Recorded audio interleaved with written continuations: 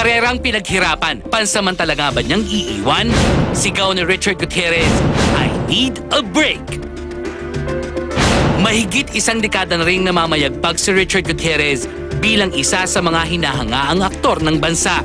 Pero sa pagkakataong ito, nais niya raw munang magpahinga. After 11 years of non-stop working, ups and downs, I decided na this is the perfect opportunity for me to take a vacation, take a long break, and step back, assess myself, and see where I want to be.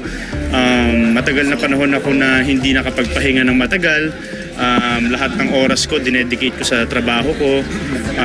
Sa GMA, 11 years akong gumawa ng soap opera, sitcom, Survivor, game shows like Extra Challenge, and mga documentaries for the news. Non-stop work for 11 years. So now, I decided na now's the perfect time for me to step back and relax muna. Plano nga ba ni Richard na mag-aral muna sa Switzerland kung saan naroroon ang kanyang girlfriend na si Sara Labati? I plan to go to school, yes, pero until now hindi pa ako nakapag-decide kung saan talaga ako mag-aaral or kung anong school.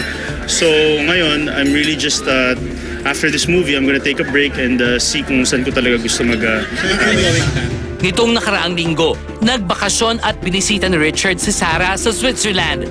May balak bang bumalik sa bansa si Sara para harapin ang mga issue at kasong isinampa sa kanya? Sarah is doing well.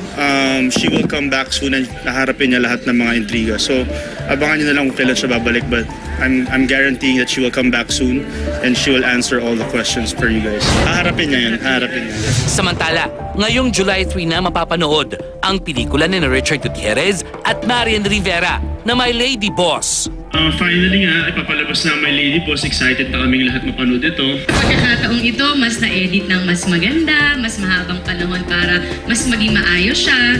At the same time, mas may kumpiyansa kami na mas napaayos pa siya lalo. Yung trailer namin ngayon, parang sabi namin ba?